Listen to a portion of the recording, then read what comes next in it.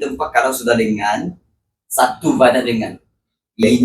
Baik, belum urut lagi dia sudah sengit. Kenapa? Sebab dia rasa sakit.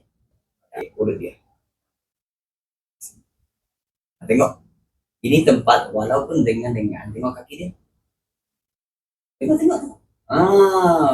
Goyang-goyangkan. Ini tempat. Ini tempat kalau sudah dengan satu badan dengan.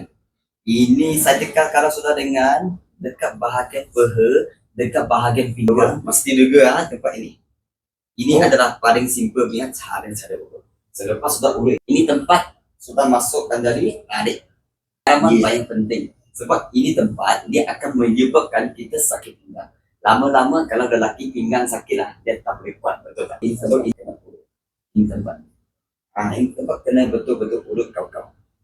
Yes. Dia tak sakit tapi dia macam lengur-lengur sikit bahagian dalam mandi.